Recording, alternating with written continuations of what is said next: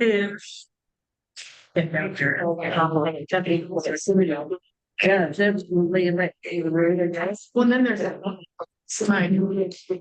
Down cat, right in front of the is. Okay, we're now live on YouTube. Yeah, it's absolutely like. Well, then there's that sign. Down cat, right. What the heck? Can you hear me? Sure. Yes. Our YouTube is live right now. Okay. That was probably us talking. And it's going there to her computer back to us. I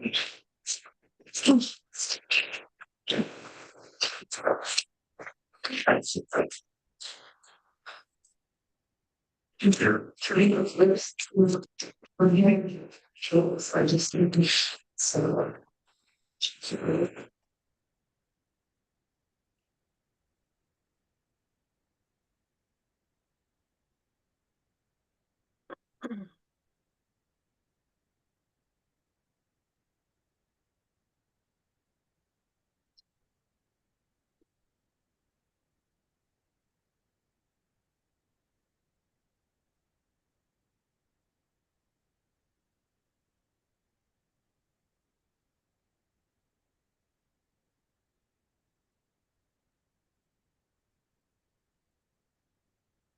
All right, we'll call to order.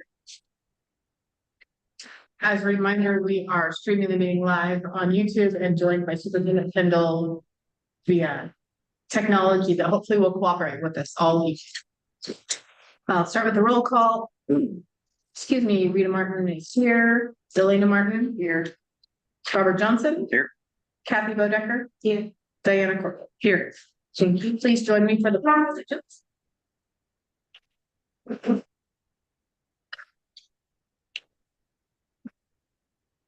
Salute, pledge. I will to fly of the United States of America, which is my republic, which is one nation. And visit the heritage justice.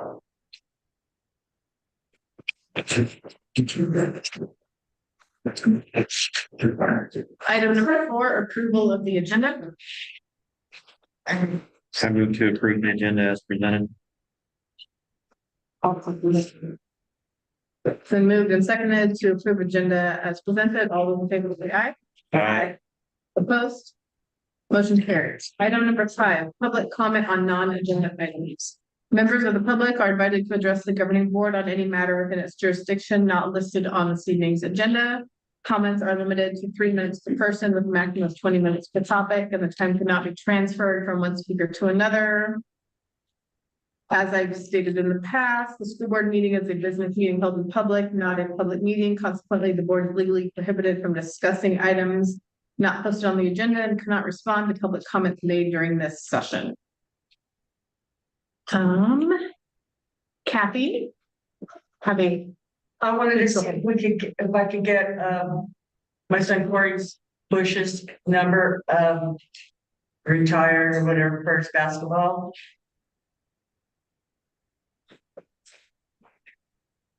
That would be something that again, meeting. We'd add it to the next agenda. Yeah, put on the next meeting's agenda. All right, thank you. For people who are not familiar with the sign, we give just a brief. Oh, Albert Murray? Yes. He went to school here, graduated from here.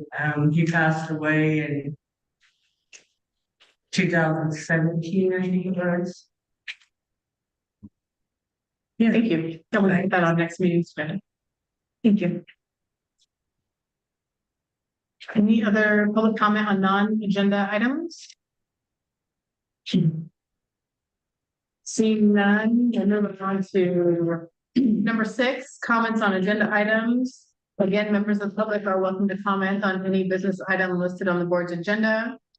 Comments are limited to 3 minutes per person with a maximum of 20 minutes per topic. Time cannot be transferred from one speaker to another. And we will take those public comments as we address the considerations of each specific item. Item number 7, consent calendar. All matters listed on the consent calendar are considered routine without opposition. It will be enacted by one motion unless a board member or superintendent requests to remove something for separate discussion and action. This evening's consent calendar items include 3 sets of minutes from December 2nd, December 9th, and December 19th. The bills, warrants, and transfers from December, and new hire Brittany Millsaps in the Spark aid position. I have some question on the bills and warrants. I might Okay. send them to Dusty and Emily earlier. I had a question about the $25.50 breakfast for Emily at a training in Red Bluff. I was curious as to why we paid that.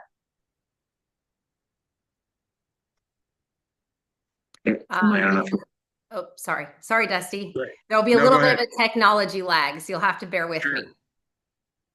I believe, if I remember correctly, that would have been when I went to the MTSS training in Red Bluff. And so that was a very early morning. And that $25, if I remember correctly, again, I'm thinking back, that would have covered breakfast and lunch while I was in Red Bluff at that training. Okay. My next one is, what is NCBOA non-tournament game? For $1,660. So it's the refs for 2-person game fees for 8 games, as well as mileage and assigning fees. And so for 8 games for 2 refs, it's $180 per game. So that's $1,440. And then there's an assigning fee of $220 on top of that. And that's for our basketball season. This is for basketball, yes. Alrighty, the next is on, I had a question on the Acellus. Ed, is this what we're using for independent study? Yes, that's the curriculum that we use for independent study. And my next one is $66 to Dominique Brewing. And what is that for? And is that, I mean, Yes, so that was for training for Bamboo. Your question, it kind of came before the other one. So Bamboo HR is a digital subscription that the district has for timesheet attendance, as well as for tracking their sick leave and vacation. So basically, it's a digital timesheet. doesn't the GCOE already have that through Escape? No, we actually use a different vendor for that, and we looked at the vendor for Stony, and the price was astronomical. Okay. So there's just a lag in that reimbursement request. No, actually, she came back to do 2 hours of training on Bamboo, I believe, with Ryan. So we looked at her hourly rate and broke it down and just charged what she would have been paid if she was still working for the district Okay, and as then a contractor. alrighty, then my last one. So that subscription, that's what we're gonna pay every year, because it was more than $419 for that So there was an initial startup fee for that, and then it's the $419.90 per month, but you can cancel at any time. per month.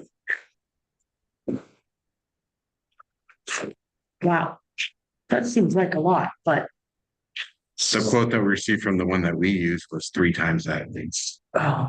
Small school, I guess. And We then my went last with question, one of the least expensive versions. We did quite a bit of research looking at HR programs, and Bamboo is one of the least expensive. okay, and then my last was $11,000 for professional accounting services. Yeah, so Novogradac, they're the ones that help with the IRA, which is the Inflation Reduction Act tax refund for the solar project. And so they're the accounting firm. And then Jones Hall, who we haven't paid yet, which is another $35,000. I know these are big numbers, also helped with that. But we actually received in the last week the refund check from the IRS for over $278,000 Nice, for the solar, for the solar project. Correct. okay, well, I guess 11,000 for that, it's a pretty good trade. Mhm. Okay, that was my only questions on the budget stuff. Any other questions or concerns, items on the consent calendar? I make the motion to accept the calendar, consent calendar. Second. Motion and second to approve consent calendar is presented. All those in favor say aye. Aye. Opposed? Motion carries. Is there space for the public to comment on this item? Are we allowed to comment on this item? Yeah, sorry, I did not ask for anybody to comment. Oh, no, I just wanted to vouch, we use BAM HR at our organization and it's very robust for the top. I think just to kind of, because it sounds like a lot when you're thinking about what you can actually do. What I like about it is you can track certifications. So if you get certificates that have to be renewed every year, it'll, you can set it to remind you per employee. We also use it for time tracking and then also requests for time off for leave. So you can create these policies in there and staff can do it on there. And then we use it to do kiosk checking in and out, clocking in and out for staff. So it is pretty robust for the cost. And it's very user friendly. So I think that that's another benefit. It's why it's good for smaller organizations to be able to scale up and then to meet their needs, especially for us as we're small. So I just wanted to throw that out there. It doesn't sound like a lot, but it's a very good program. I know that multiple agencies that I work at have used it as well. But Okay, thanks. Thanks, Kyle. All right, move on to reports, a student report. Good evening. So last weekend, three sophomores and I went to a conference for FFA. I went to ALA, the sophomores went to MFB. We got to learn more about some more leadership with FFA. It was pretty good. We had lots of fun. We got to meet the state officers, have one-on-one conversations and stuff. It was a lot of fun. This week is homecoming week. Today was Jersey Day. Tomorrow is Dress Like a Teacher. Thursday is 2000s emo, and then Friday is One Color, and then Tuesday is rodeo. Home basketball game. There was a game tonight. The score was 25-60, I think. And then there's going to be a game on Friday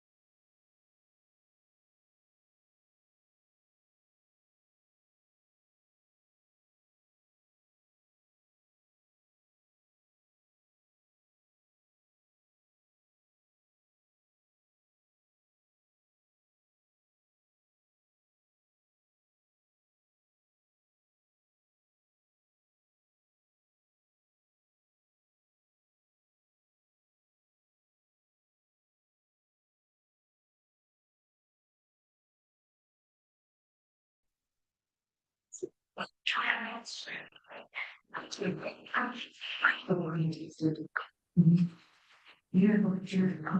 right, I think we're back. Elaine, can you hear us? I can hear you. Okay, we reconvene. All right, we'll move on to GPAC reports.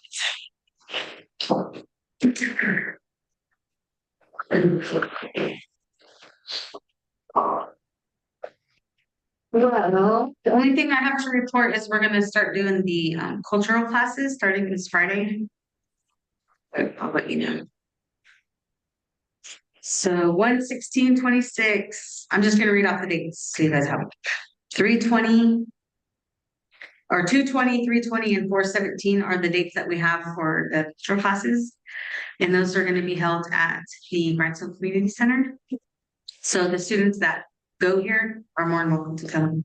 We'll be hosted out there, and Four Winds comes and helps us get it together, and they have great snacks and stuff for the kids. And then we have scheduled bracelets, earrings, paintings, and lanterns. That's what we're gonna be doing. What time are the class? We're doing that at 3:30, starting at 3:30 to 5:30. So they haven't had time to finish their. Cool. That's pretty much what I have. You have anything? No. Okay. Do you have a flyer and we can send out in Parents Square? Or I will ask Shane. We kind of just threw these dates confirmed. Everybody's back. But I can get one out to Emily or Jill so they can put out. okay, thank you. All right. Board members.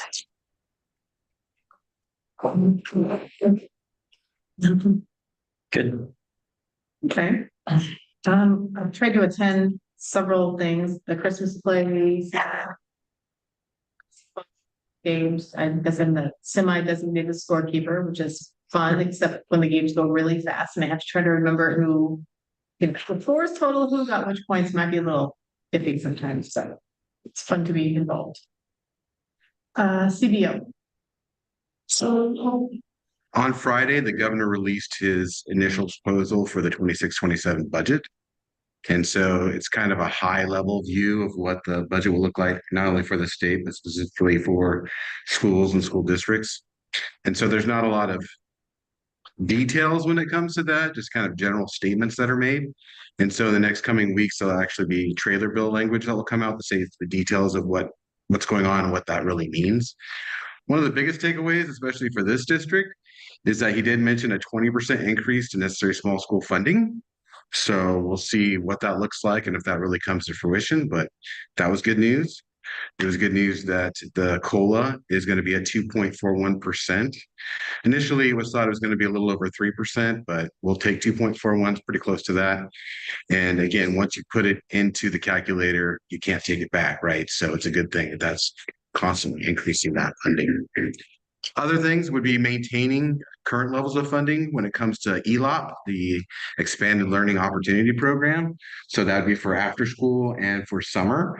So the minimum base funding is $100,000 for every district, no matter how many students you have. And so this district will still receive $100,000 for that, which is great.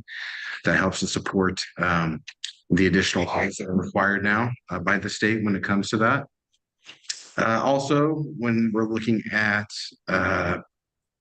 special education, when we're looking at the VOAG grant that we have, they're all going to receive the COLA as well. Because even though the LCFF may receive the COLA, that doesn't mean that everything will receive the COLA, but a majority of the items that the district receives will receive that COLA as well. So very, very good news when it comes to that. Not a lot of new programs coming in. There's also the Learning Recovery Emergency Block Grant, which we received several years ago. And then they actually took back some money and now they're giving back the money now.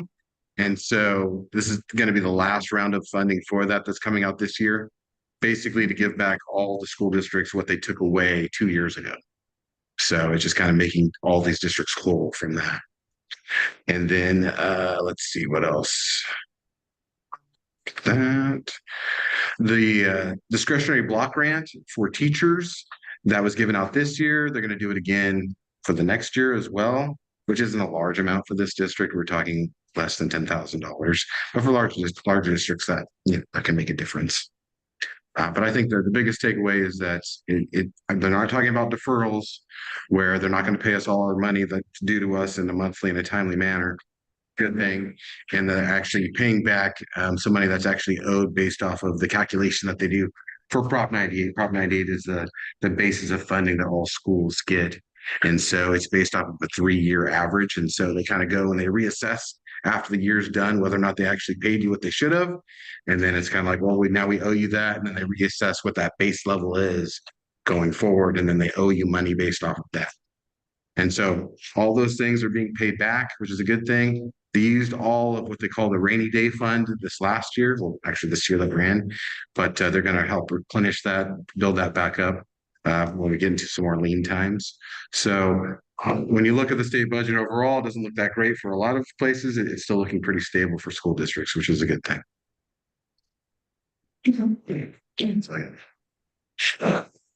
Okay, superintendent principal reports. Okay, hello, everybody. Thanks for being patient with me while we're trying something new with me zooming in. I'm actually down south at a training for superintendents, quick trip, and I'll be back late tomorrow night and back in the office on Thursday. But here's my report. So our enrollment currently stands as at Elk Creek Elementary, we have 35 students. At Elk Creek High School, we have 25 students for a district total of 60 students. Enrollment continues to trend positively, and we're pleased with the new interest that we're seeing in our district and our schools. Our attendance currently, Elk Creek Elementary is at a 92.8% average attendance. Elk Creek High School is 93.4% average for attendance. Our district average is at 93.1%. If you're on our Facebook, you'll see that we have been having several days where Elk Creek High School has had 100% attendance. So that's really exciting. Our attendance is remaining solid. However, we're starting to approach the lower end of our comfort range of where we want to be for our attendance. So consistent daily attendance, just as a reminder, families, it's essential for your students' academic success, maintaining our learning routines, and supporting positive engagement. And so we really miss your kids when they're at school. So we appreciate your support in making sure they get to school. So our families are encouraged to help by ensuring students get adequate rest. I've been having a lot of conversations with students, and they're saying, oh, I was up till 3 a.m. last night. And I'm like, what are you doing up at 3 a.m.? Because I can't imagine. I would just be dead to the world. And they're like, oh, I was playing on TikTok, or I was on my phone, or I was texting so-and-so. So parents, keep an eye out for that. Your students' brains are developing, they're growing, and they really need lots of rest before they come to school.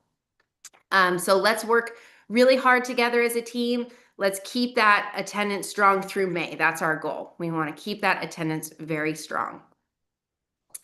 And then some updates and some highlights. The past several weeks have been very busy as the holiday season is, but productive across the district. The TK Kinder Playground project continues to move forward. We, as a board, met and discussed project specifications and the CUPCA application, and shared our full CUPCA outreach list for contractors, as we are looking for somebody to come and put up a wrought iron fence around our TK Kinder Play Yard. So if you know somebody that is a licensed contractor in the state, please have them get onto our district website, look at CUPCA, apply, and send us a message if they're interested in bidding that project for us. The board did approve last month the purchase of a new playground structure for the TKK Play Yard. So that's very exciting, and that's set for delivery on March 11th. So if you have time on March 11th and you'd like to come volunteer, help offload the truck, the vendor promises me that it's not heavy, it's just awkward. So let me know if you'd like to help with that. And our outreach and enrollment efforts remain active. Another postcard was recently mailed to households in Orland and Willows, highlighting our programs and our opportunities for students. And our monthly newsletter, I promise, is making a comeback. I've heard from several people that they really miss the district newsletter. But in order to make a comeback on that, I am asking for assistance with articles and photos from our staff and students. So hopefully soon you'll be seeing some student work in that newsletter and maybe some articles written by our students and our staff. And then also student activities continue to bring positive energy to our campuses. Recent upcoming events included multiple home basketball games for both the junior high and the high school students. Our grades 3 through 5 class went on a field trip to Sutter's Fort, and they did that in partnership with Walden, which was kind of cool. Mrs. Vogt worked all of that out, so a big shout out to her so that our kids could go because we have such a small group. So they went with Walden. And also Miss Vogt's class, she's been on it with the field trips. They are attending the CWAM Native American Dancers at Chico State this week. So that sounds like a cool trip. And as Serenity said, our FFA students participated in the MFE conference in Monterey, and I heard that was a lot of fun. Our staff also has some our professional growth remains a priority with our staff. Coming up on our next minimum day, our certificated staff, our teachers are going to have professional development on our iReady mathematics curriculum that we're piloting this year. It's a brand new California specific mathematics curriculum. And also update on the new district website. When I contacted Smart Sites through Parent Square, they told me that their typical turnaround for a website is 10 to 12 weeks. I said, is there any way you could do it faster because our old website is coming up for renewal? And they said, okay. And so it should be live by the end of this month. So very exciting for that. They showed me a preview. It looks good. So very excited to show everyone that. A quick staffing update. I'm currently screening candidates for the lead custodian grounds maintenance driver position. In the interim, Miss Rhonda, Mr. Harold, and the office staff have worked collaboratively to cover transportation and custodial needs to ensure that our daily operations are running smoothly. So thank you. Big shout out to all of them for their flexibility. And then my final piece is just a little bit of a follow-up from last month, the SSDA conference. That's the state conference in March in Sacramento.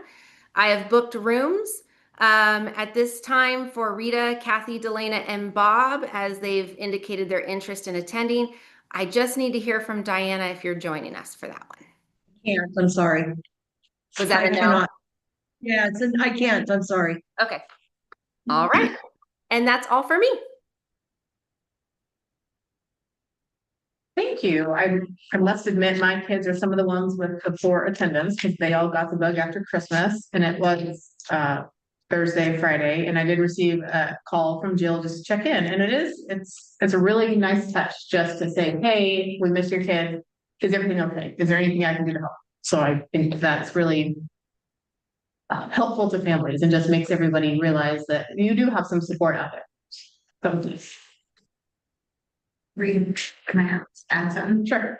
I forgot to add the Elk Creek FFA that Jared and I are helping the Tessa organize, and it's on January 24th and 25th. We have room for one more team. We got 10 teams right now. And so come and support, buy something from the concession because Tessa's gonna be cooking up a storm for the Elk Creek FFA. So that's a volleyball tournament?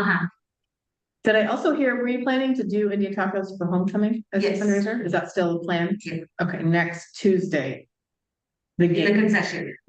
Shar and I are gonna man that, and then they'll all have, we just wanna make it, add more to it. Right. Raise money for the basketball or sports program here. Okay. Thank you. Thank you. All right. Any other questions? We'll move on to new business. Item A, Indian Valley logo. So something that has been brought up at a couple of meetings, and I know that Lily, Diane also did some research to try to find the old logo, and it sounds I like can see it. we can't find much to go with, so I'll hand it off to Emily. Yeah, so I've been doing some research and looking through all of our old file cabinets, and I went through all the yearbooks, and I cannot find anything. The only thing that I've been successful at finding is at Indian Valley in the cafeteria. There's that sign on the wall that says Indian Valley School, Home of the Indians. So at this point, my recommendation to the board would be that when the board chooses to move forward with reopening Indian Valley School, that a new mascot and logo selection process be conducted at that time.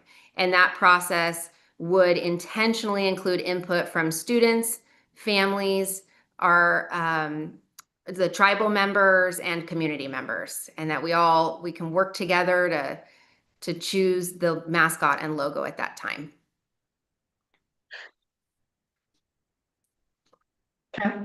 I think it might be good for Emily. I can't recall off the top of my head, but I believe there's a state law that requires a school that has a Native American mascot, that the tribe has to approve that, because they're getting rid of all the Native American mascots that are not supported by the local tribe.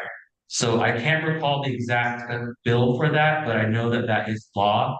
So I think maybe seeking legal guidance on it, because I don't think it's optional whether you can keep the mascot as a district decision. I think it has to be consulted with the tribe, and if the tribe says no to change it, then I believe you have to, because I believe the tribe's had an experience with that, right, with another school district. The Hamilton Jail was the first school that reached out to the tribe. Emily, I don't know the principal, but it would be the same process. We'd have to take it to the tribe. It's, So the law says that a school that has a Native affiliated, sorry, I'm pulling this off the top of my head, mascot or logo can no longer use that unless they get written permission from a federally recognized tribe that resides within their district. So the statute allows us to say, nope, we're not using that logo or mascot anymore. But if we wanted to continue its use, then yes, we would need to reach out to the business committee at Grindstone and ask for that permission, just as Superintendent Powell did at Hamilton Unified. That's right.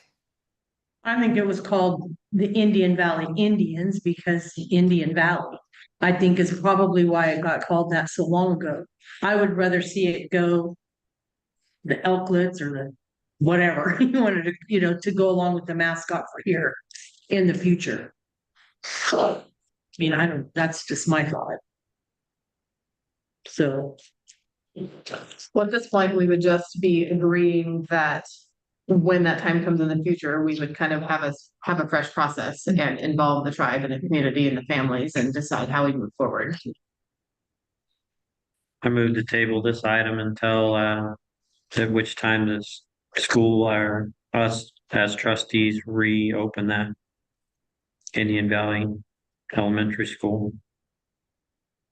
And second. We have a motion and a second to table this item until future time when it's needed. All those in favor say aye. Aye. Opposed? I'm sorry, can I interrupt? I'm not sure that we can table the item. That's why I put it as an action item, because I think we need to say that at this point in time, there's no mascot or logo for Indian Valley due to that statute that's in place, because the only thing that we do have is on the wall that it was Indian Valley Indians. So I think for clarity's sake, I think we should take action to say that there's no logo and mascot. And then once the board moves to reopen the school, we'll begin that process of choosing a new mascot and logo. Does that make sense? Yes. it looks like the law says by July 1st. So just That's FYI, this year. yes. Okay. Quick question. Indian Valley, is that actually referencing a geographical area, or is that an actual geographic area, or? As far as I know, all the way down the whole valley is Indian Valley and runs into Bear Valley. And it's still officially called that? I don't. Because I'm just curious, because I'm just wondering if it's like a legit geographical area, then it makes sense that why it would be called Indian Valley. But if it's not like a federally listed geographic area, it seems like that name could have just came through community. Then I think it would be good to look at the law and the use of Indian in general. Because I know that we've had discussions at GPAC, and there's some mixed feelings on the use of Indian. And so I think that it would be a good to look at if it is a geographical area, that kind of makes sense to have some discussions on that. But if it is just like a community name, that I consider looking at rename in general, or that would just be my train of thought as long as far as discussions that might be had around that, if it's not a geographic. Cause I know Just our to fire kind of- department's named the same, Indian Valley, Bear Valley Fire Department. So, Yeah, but I know that there's a lot of issues that we know the use of the S word in that area also. And I know that that's been kind of taken away, but I know that there's still businesses that historically have carried that name. I don't know what S word you're talking about, I'm sorry. Oh, squaw. Oh, Yeah, so there's issues with some of the terms that get used, especially historically, because I know that the tribes have never been a part of creating those names for those places or those schools.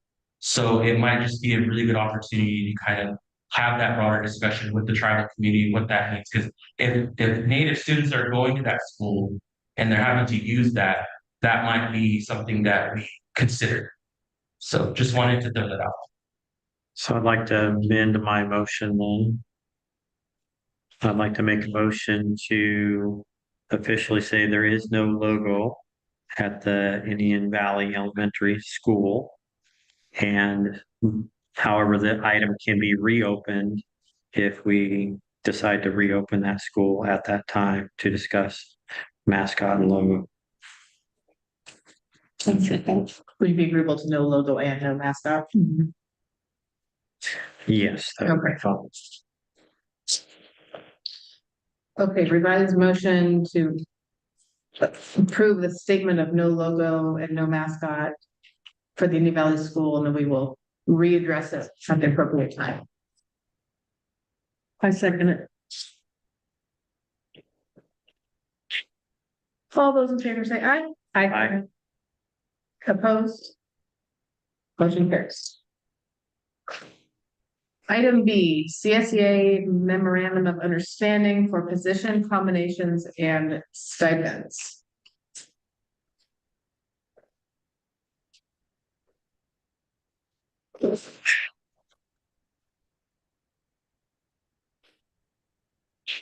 Sorry, I'm going through my packet trying to find it.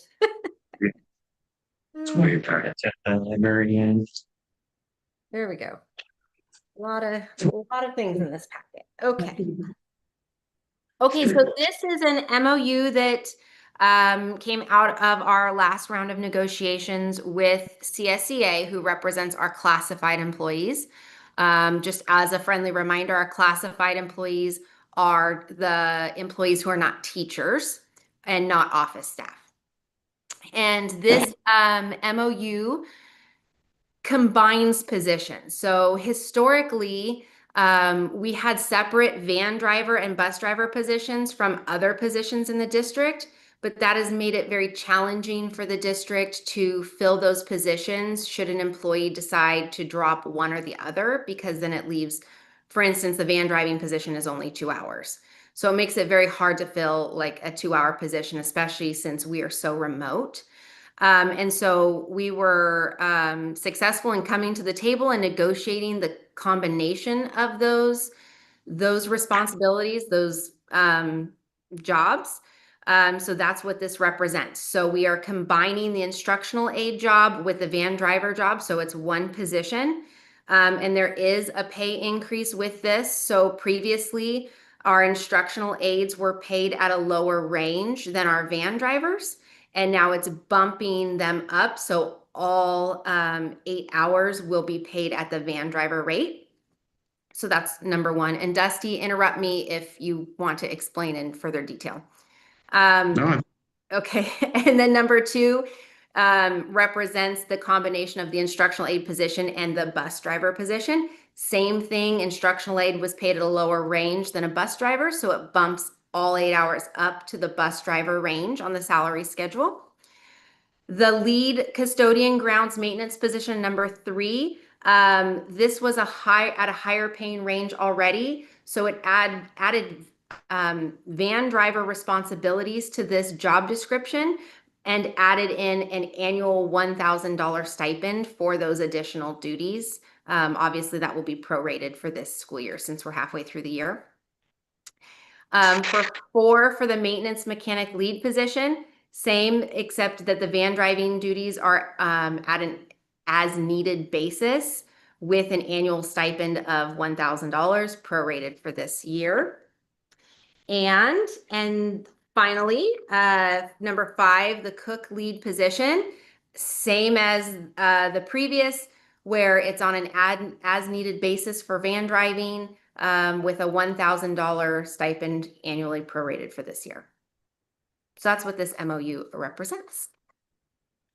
So I have a question. So no matter what, they're going to get the $1,000 stipend, or Yes. I mean, if we in case need them to drive? Yes.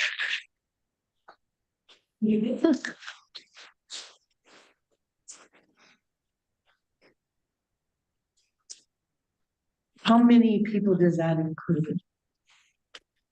As far as who's getting the stipends, or What do we just have? So those many positions, right? So classifieds, yeah, so you just have we have the open lead maintenance that was talked about earlier. yeah. Then you've got the mechanic.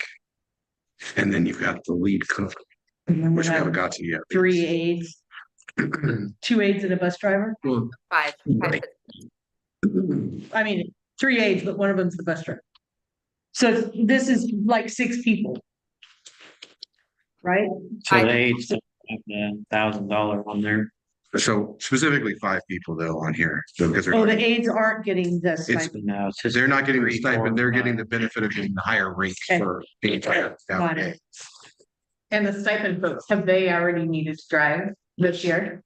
Yes. Yeah, when we have someone call out sick, especially right now, whatever this crud thing is that's going around, it's getting everybody.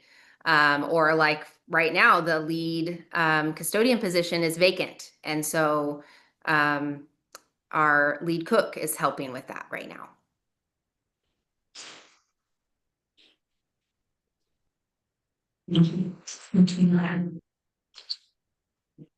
Any other questions, discussion, public comment?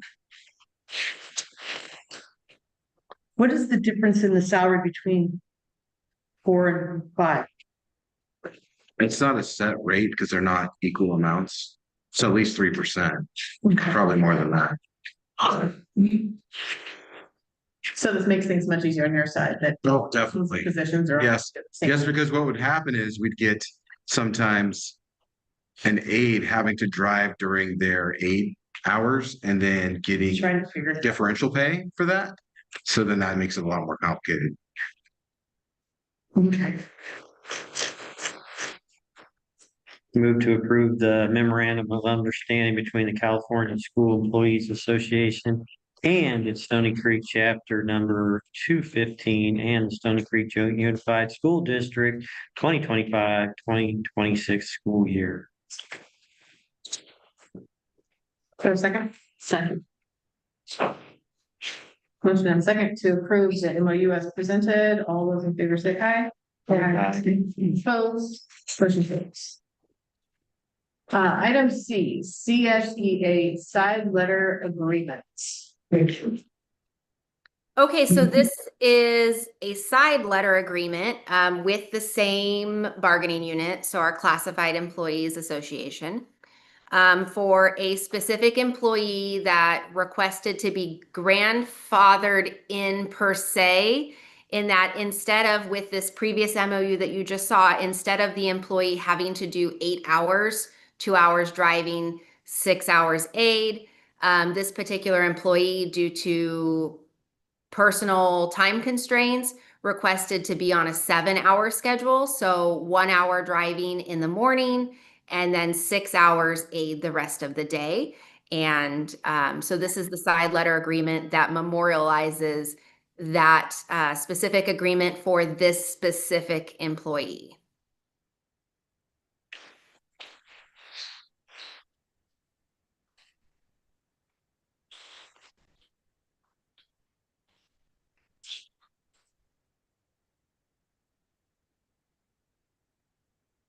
I make a motion to accept the CSEA side letter agreement.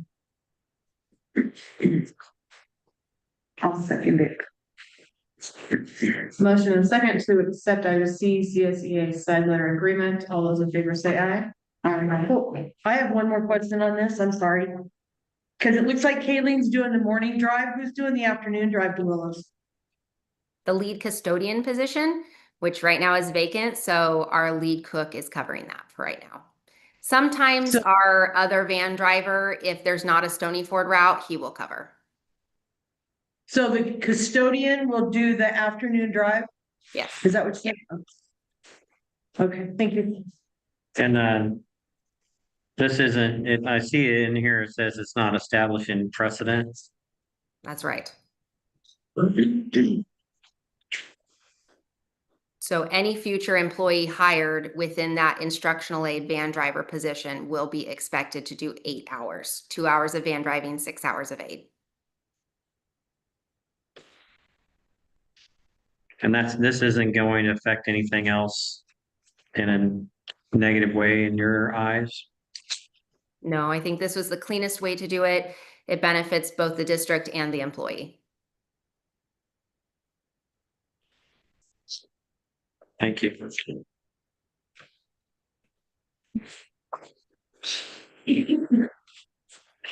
Moving on to item D. Madam Chair, need to call for the vote. Oh, I see it. All those in favor say aye. Aye. Opposed? Motion passes. Thank you. Item B, school accountability report cards for Elk Creek Elementary, Elk Creek High School, and Bidwell Point continuation. Okay, you know it's January when you get to the giant thick packet that has the SARCs on it. SARC stands for School Accountability Report Card. So this is an annual public report that is required by the California Department of Education. And this report provides information about each school's performance and facility conditions. It includes student achievement data, school climate, teacher qualifications, instructional materials, and school facilities. So basically, it's an accumulation of lots of different reports where we publish this information publicly, and then CDE has us pull all those pieces and put it into this report. And then once approved by the board, this is published on our district website. So I've included the SARCs for Elk Creek Elementary School, Elk Creek High School, and Bidwell Point Continuation School. Please note that this is data from last school year. You'll notice on Bidwell Point, there's a lot of zeros. That's because we did not have any students enrolled last year. However, because we don't know when we'll get new enrollments for Bidwell Point continuation, we have to continue with the SARCs. Indian Valley is not required to be included because we didn't have students there last year. We don't have students there this year.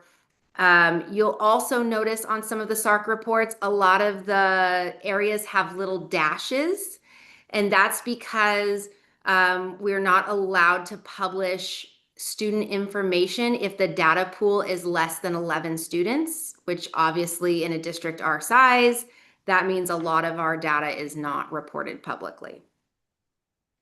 If you have any questions, I would be happy to answer them.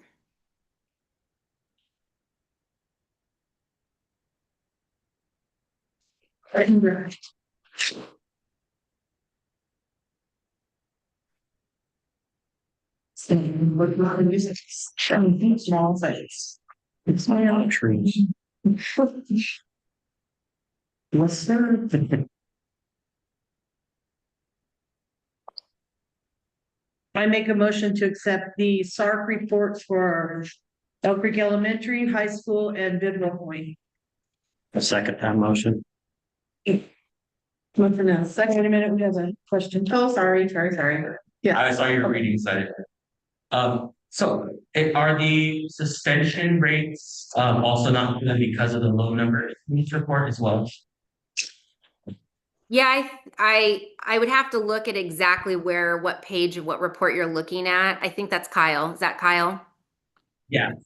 Our suspension rates are on our California dashboard though, so they are reported there as an overall for the district. Okay, they would be in this report then.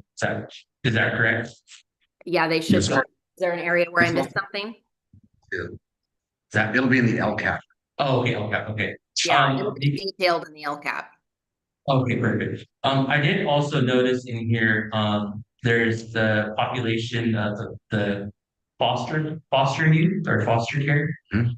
I'm curious because there's no data for any youth or foster youth at all, and I'm wondering if the district is actively capturing ICWA involved youth as well, because typically that ICWA involved children may also fall under that category of foster.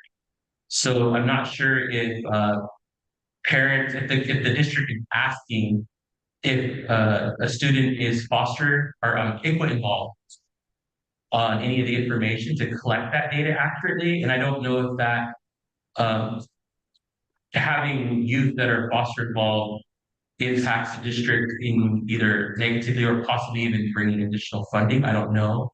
But if it is an opportunity to bring additional funding to help that population, there might be an opportunity that's getting missed because there are some students that are ICWA involved that would fall under that category of being fostered.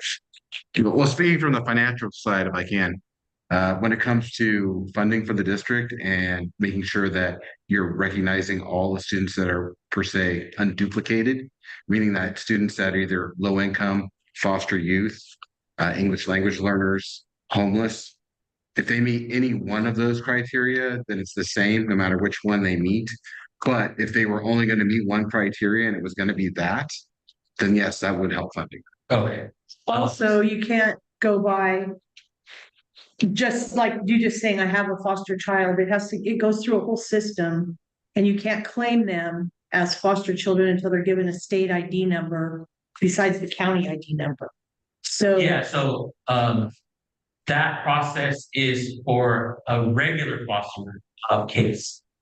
But for the tribal side, they don't have to go to the county. So it'd be ICWA, which is all through the tribe. So if the district isn't asking, because a lot of our parents might not say it's a foster child because they might not be a foster child per se, but they're ICWA involved. It's out of home placement is what it is. It's like the term in state would be out of home placement, but for Indian country, it is technically they don't. That's how we report it as ICWA Rex. And they can still be eligible for guardianship funding through the state, but through the school. And I've had to fill out paperwork, and the only time that it's ever asked is when you're doing the free lunch thing. That's what will ever ask. So I think I'm just explaining that because the district might be asking, is it foster but not ICWA, because they are equivalent. But it just depends on how you're wording things in collecting the data. what So does ICWA stand for? I'm Indian sorry. Child Welfare. So it's a process it's the Indian Child Welfare Act that gives the tribe the ability to exercise their sovereignty by not having their children go through the county child welfare system. They're allowed to go through their own independent specific process, but it's equivalent. So if you're receiving aid and you weren't ICWA, it would be equivalent to being foster. So that's what I'm saying is that it might be an opportunity being missed by the district because we're not using both language in the information that we're collecting. So I just wanted to express maybe looking at how we're collecting because it's all zeros on here. But we know that there are ICWA involved youth at the reservation that do attend the school. So there might be we know I could tell that the data is not accurate based off of just what we know. But just wanted to kind of throw that out to the board to consider and even the district to think about collecting that data and how you might restructure your wording and your language that you use so that's clearer and there's more understanding how to collect it properly. It's a federal act, 1978, ICWA, Indian Child Welfare Act. So I know when I was doing CalPads, we had to collect information on Native American foster youth children that weren't in the other system. So I don't know if, I'm not sure, I don't know how I got that information. I got it from the state. But if you're saying the state, either got it from the state or the county, if you're saying they don't keep track of that. Yeah, because federal law tries to supersede the state. So there's Right. we don't have to go through those systems and it can all be tribal court and fall through the tribe. So that's where there is some discrepancy because there is the bypassing of the state system in certain circumstances. So there is so that's why I think it's important to explore more if, making sure that they're all, like I said, collecting the data is making sure that we're including that language in child welfare as well. Because I know for us, we ask if they're foster involved or ICWA. Because if they're ICWA, it triggers the same types of specific services to foster. Got it. Okay. So is that something on our enrollment paperwork or our new student Yeah. paperwork? Yeah, that's a really great point, Kyle and Aston. Thank you so much for bringing that to my attention. Yeah, I don't think that it says anything about ICWA on any of our paperwork, and I could see how that would confuse families. So yeah, when I get back into the office, I'm going to look at that straight away. So thanks so much for bringing that to my attention.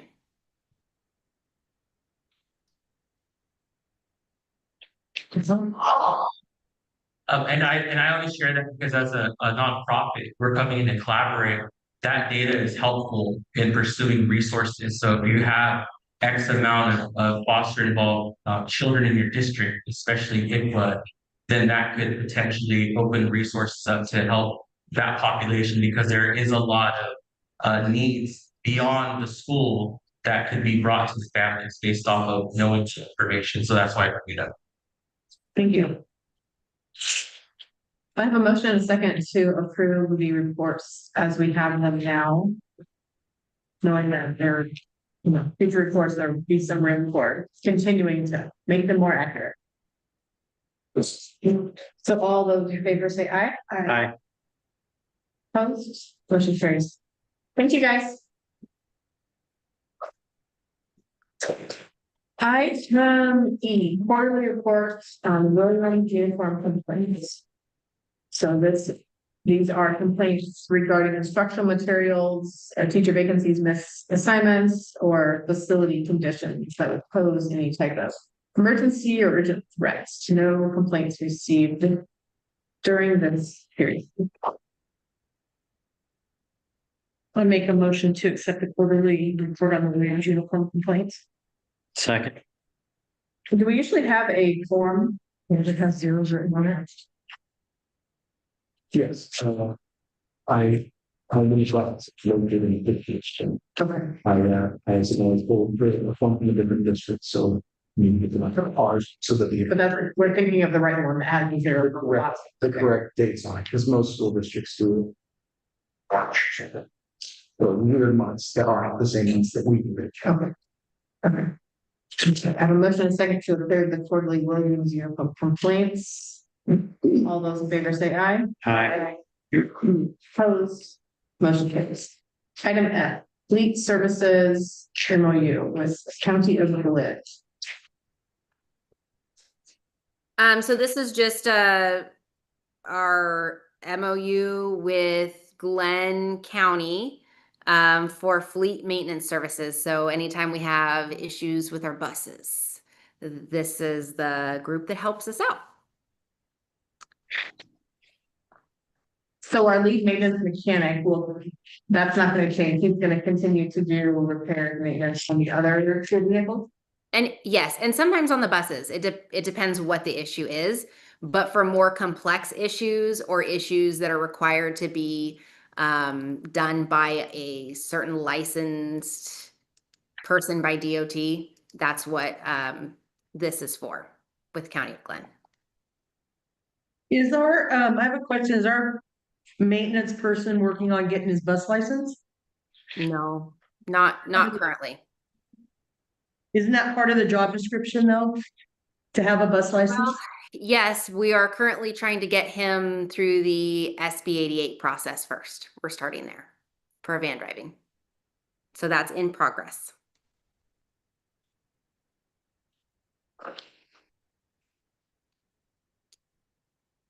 We've done this in the past, right? Yes. Yeah. Yeah. So make a motion to accept the fleet services MOU. Second. Motion second to accept fleet services MOU. All those in favor say aye. Aye. Opposed? Motion carries. And finally, item G, professional development request for Cassidy Millen, who is our TK Kinder teacher, to attend Frog Street professional development training. I believe she did this or something similar to this last year, didn't she? Yeah, it wasn't.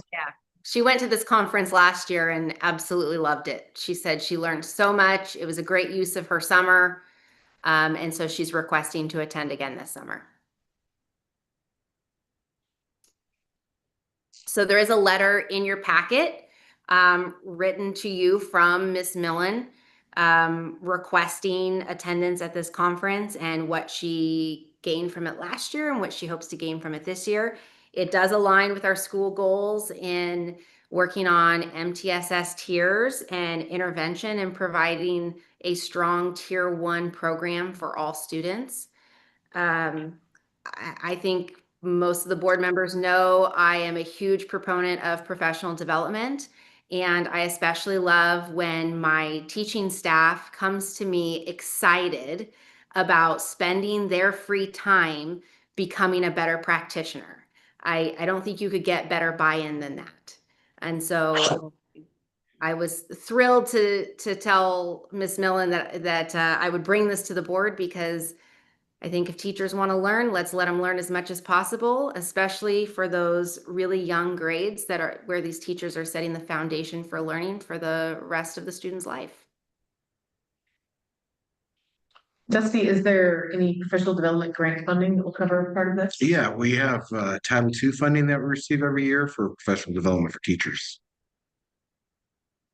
as well as a little bit left over from educator effectiveness. So yeah, it can fit into a couple different categories that doesn't really impact Fund 1, Resource 0 in accountant type speak. And it would cover travel? Yes. Well, I agree. If she's coming and wanting professional development, and especially teaching our youngest learners to really get them set the standards that we want for our students going forward, I think that's great. Yeah, I should encourage it. I think any organization that invests in their employees and staff and professional development is always going to be ahead of the rest. So totally in favor of this. I move to approve the professional development request.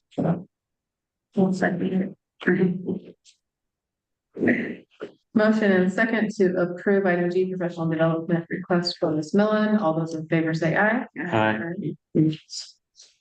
Opposed? Motion carries. Item 10, board's consideration of future agenda items. The only thing is we'd want to have the Corey Bush. I don't know. Should have asked for what his number was. 23. Oh, it is number 23. Yeah, I don't know. Did she exactly say how that it and I missed it? went. Oh, she wrote it on. Oh, I don't know exactly how to remember. Sorry about it. So, yes, we'll look at trying to do that, frame it and put it on the wall in the gym and kind of thing. any other items for future discussions. All right, item number 11, public comment on closed session items.